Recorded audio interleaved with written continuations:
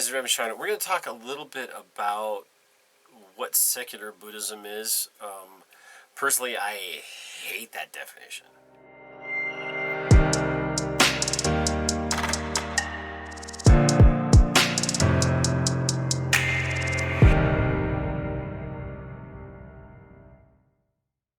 So, when we're defining things that we're getting into, we need to have a discussion. We have to have a common definition of the word. And one of the problems with secular is it's kind of got a lot of definitions. It's depending on how you want to use it, and a lot of in secular Buddhism today, it's kind of widespread. It's not as succinct as I'd kind of like, and I really didn't like the whole idea of secular Buddhism.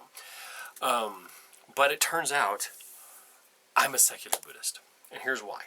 So, being secular, what secular actually means as a word, and I know this is kind of like, high school term paper kind of information, get the definitions out there, but we have to have a definition of something so that we understand how we're both talking about it, right? It means non-religious.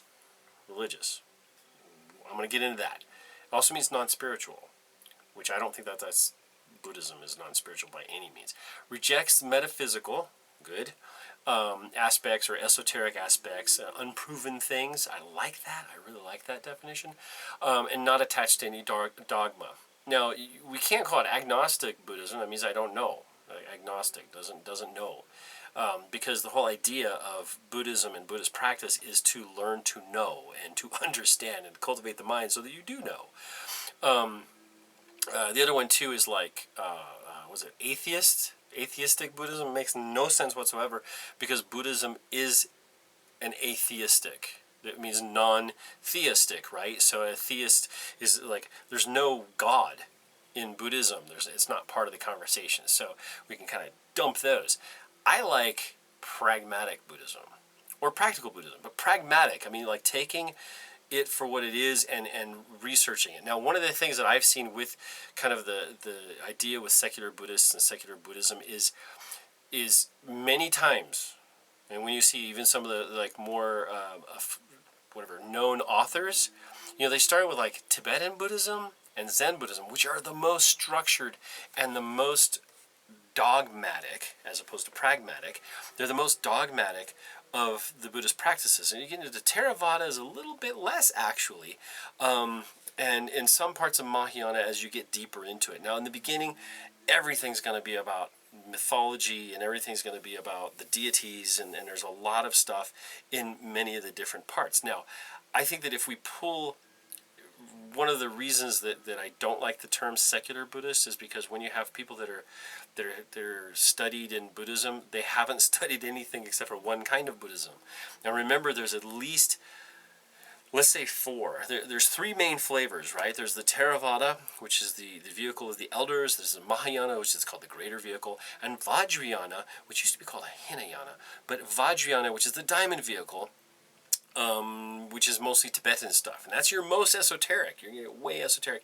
And then you want to throw in, kind of squeak in there, Chan and Zen Buddhism. But really those fit under Mahayana anyway. So if we look at the commonalities and the similarities of all three of those, that's where you really end up with this pragmatic kind of thing.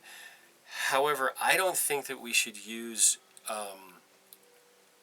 totally deny and disregard some of the esoteric stuff. We don't have to believe in, afterlife and nirvana and Pure Land and all of this kind of stuff, because those are conceptual things.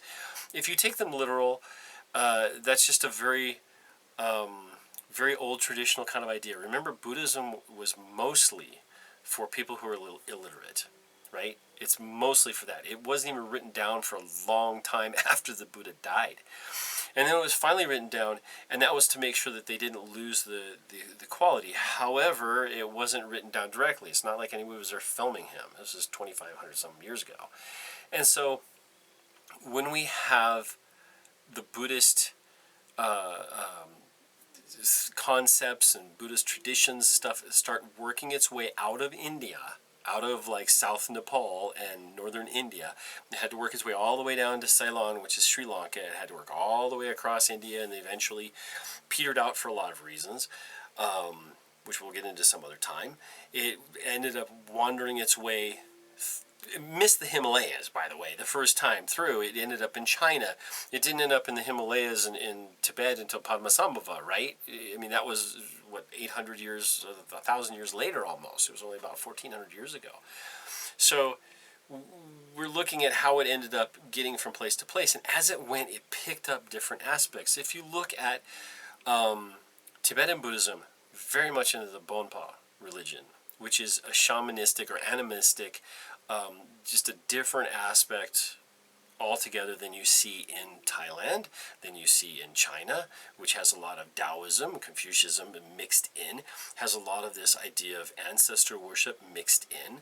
You see in Japan, there's Shinto that has been mixed in. There's the Yamabushi, which has been mixed in. Those are not strictly Buddhist things.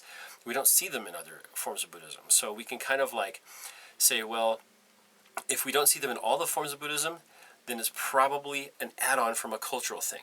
Amazing stuff. And I encourage everybody to start looking at those when you get into, let's say, Tibetan practice. You want to become a Nyingma Buddhist, which is the oldest Tibetan form of Buddhism.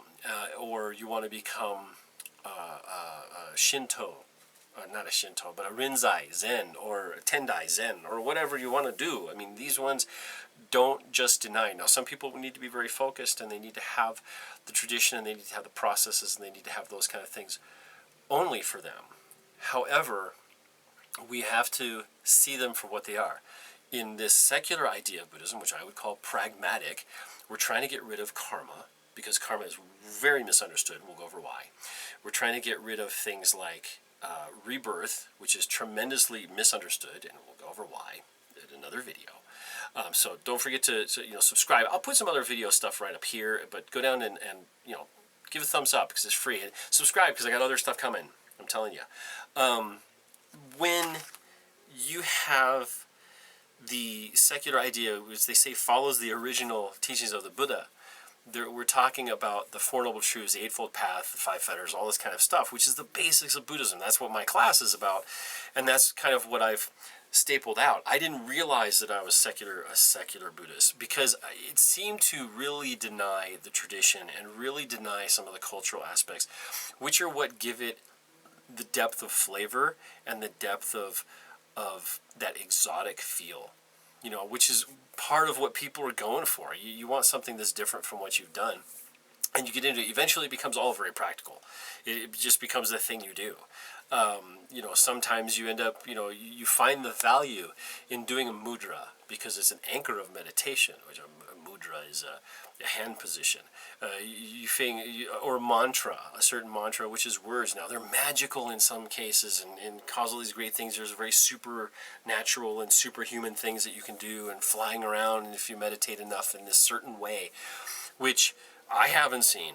I've been around literally thousands of Buddhist monks in a half dozen countries, at least a half dozen countries over the past 15, 20 years.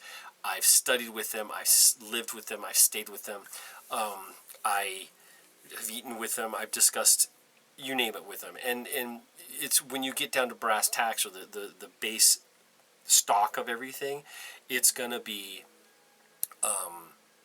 this idea of secular Buddhism. It's not unique to the West, really. It's kind of like, I noticed that if you start looking up things, you're going to find like secular Buddhism and pragmatic Buddhism. I think it's because the terms were already taken, and so they went with secular. I don't know. It didn't really start for a while. Stephen Batchelor wrote a couple books on it, which are quite good. But he also, remember, he was only in Tibetan, which is very, very like guru-centric and it used to be called Lamaism, by the way, because they were so focused on lamas and rinpoches and stuff like that. And you'll lose a lot of Buddhism as you tease through it. You have to really find it in there. They say there's a lot of secret teachings like Dzogchen, and there's Bardo Thodol, and there's Poha, and different techniques and different teachings that are so secret that you have to be initiated into. So that segments and separates it from other, even lineages. You show up somewhere. I showed up in Colorado some years ago, and I wanted to study with other Buddhists. And one of the things that happened was when I would call these other Buddhist centers, they would ask me, the first thing was what my lineage was, and if it wasn't the right answer, they didn't want to talk to me. And I thought it was interesting because I had spent time with all kinds of different types of Buddhists overseas, which I'll show some pictures, whatever, in here. I'll just put the little pictures here. I think I have some pictures. There's a really good article, secular versus traditional Buddhism. There's six things. It's on the what is it called? The Aristocrat of the Soul by Manon Wells. Manon Wells. So I'll try to put a link down at the bottom. It's actually a really good article. It does explain a little bit about it. I love that. Really, you could think of it as like stripped down Buddhism if you want to get into secular Buddhism and kind of stuff like that, because you're not going to have a lot of the esoteric things. It's going to be very exoteric, which is like Theravada Buddhism. Anyway, this is Reverend Sean over at the Center Path. Give us a thumbs up. Give me a comment. Have you seen or heard anything about secular Buddhism? Do you consider yourself a Theravada Buddhism or whatever, Mahayana Buddhist, whatever? And let me know in the comments, and we're going to do more on the conversation. Talk to you later.